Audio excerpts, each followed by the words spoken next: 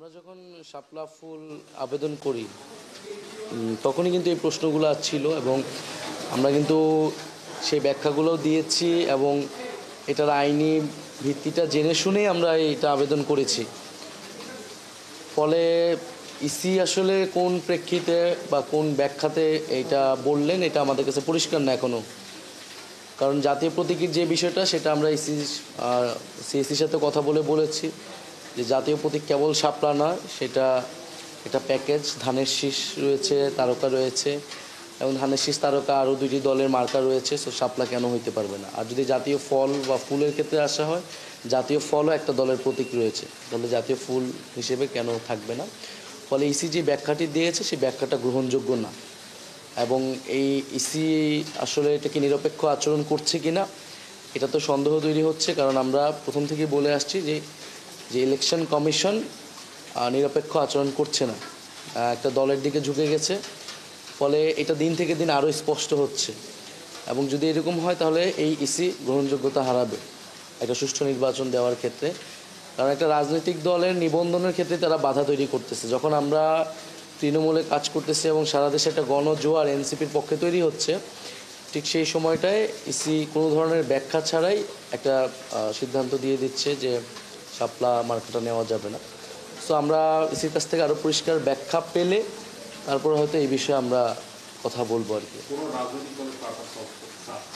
এটা তো বললাম যে ইসি তো প্রথম থেকেই এই ইসির গঠন প্রক্রিয়া নিয়েই প্রশ্ন রয়েছে। ইসি একটা রাজনৈতিক দলের দিকেই বেশি ঝুঁকে গেছে, নিরপেক্ষতা হারাচ্ছে, এই কথাগুলো আমরা এর আগেও বলে আসছিলাম।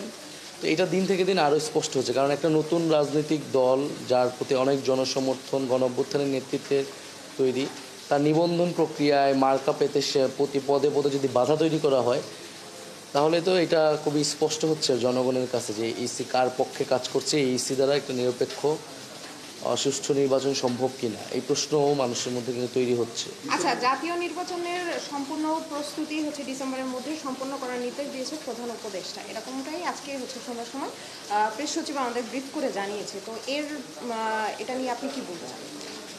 কতটুকু প্রস্তুত এনসিপি? এনসিপি নির্বাচনে অংশগ্রহণ করবে বলেই রাজনৈতিক দল হিসেবে আত্মপ্রকাশ করেছে, কিন্তু আমরা বরাবরের মতো বলছি, আমরা আপনাদের পদযাত্রাতেও বলছি যে বিচার সংস্কার এবং নতুন সংবিধানের জন্য গণপরিষদ নির্বাচন আমরা চাই। প্রধান উপদেষ্টা বলেছিলেন জুলাই ঘোষণাপত্র দিবেন, উনি দেননি নির্ধারিত সময়ের মধ্যে। বলেছিলেন জুলাই মাসে জুলাই সনদ আসবে ঐক্যমত্য কমিশনের মাধ্যমে, তো সেটা আমরা দেখতেছি সনদ আসে কি আসে না। ফলে আমি মনে করি এই জুলাই ঘোষণাপত্র, সনদ এবং বিচারের রোডম্যাপ, এক্ষেত্রে সরকারের আরও বেশি উদ্যোগী হওয়া উচিত। এরপরে নির্বাচনের প্রক্রিয়ার পাশাপাশি চলমান থাকতে পারে, সেটা নিয়ে আমাদের আপত্তি নেই। কিন্তু আমরা নির্বাচন নিয়ে সরকারের যেই তড়িঘড়ি, কিন্তু আমরা কিন্তু বিচার বা সংস্কার, সনদ, ঘোষণাপত্র এটা নিয়ে সরকারের কোনো অবস্থান দেখতে পাচ্ছি না।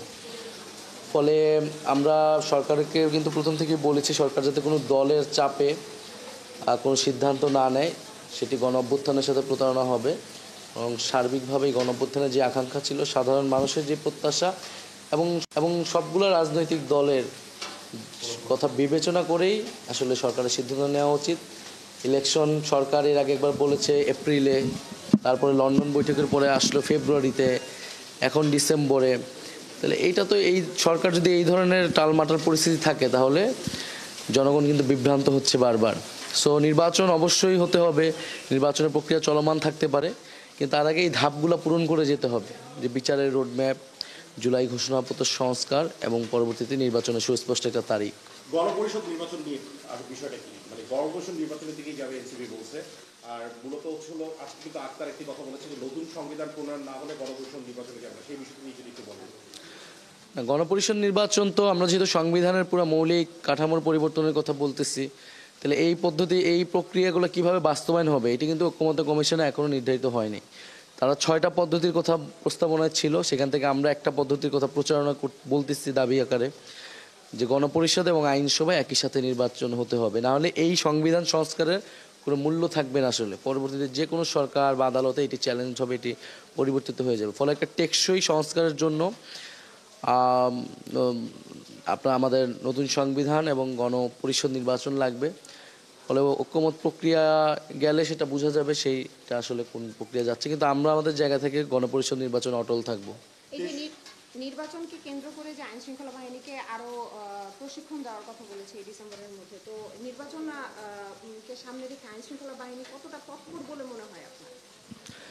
সেটা প্রশিক্ষণের তো অবশ্যই প্রয়োজন, শুধু নির্বাচনের জন্য না, দেশের দৈনন্দিন যে আইন শৃঙ্খলা পরিস্থিতি সেটা ঠিক করার জন্য পুলিশ সংস্কার এবং আইন শৃঙ্খলাকে আরও সক্রিয় হতে হবে।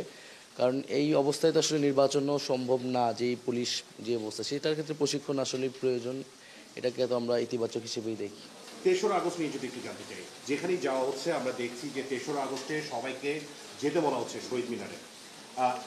এক দফার ঘোষণা যেভাবে 3রা আগস্টে এসেছিল গেল বছর, আরেকটি কি সেরকমই দিন দেখতে যাচ্ছে বাংলাদেশ? 3রা আগস্ট আমরা জনগণের কাছে মেসেজ দিয়ে রাখতেছি যে সরকার যদি ঘোষণাপত্র সনদ ব্যর্থ হয় বা কোনো দল যদি সেখানে অংশগ্রহণ করে না করে ঐক্যমত প্রক্রিয়া, তাহলে জনগণ যাতে রাস্তায় থাকে এবং সেখান থেকে আমরা আমাদের দাবি আদায় করব। আর আমরা যে সারা দেশে মানুষের কথা শুনতেছি, মানুষের সমস্যাগুলো শুনতেছি, প্রত্যাশা আকাঙ্ক্ষার কথা, সেগুলোর ভিত্তিতে আমরা একটা ইস্তিহার প্রকাশ করব যেখানে মানুষের প্রত্যাশা এবং বাংলাদেশের রূপরেখাটি থাকবে। শেষ প্রশ্ন, আজকেও ককটেল বিস্ফোরণ হয়েছে, এরকম খবর আসলে আমরাও শুনেছি। এই যে ককটেল বিস্ফোরণ একাধিকবার একই স্থানে, বিষয়টি কিভাবে দেখছেন?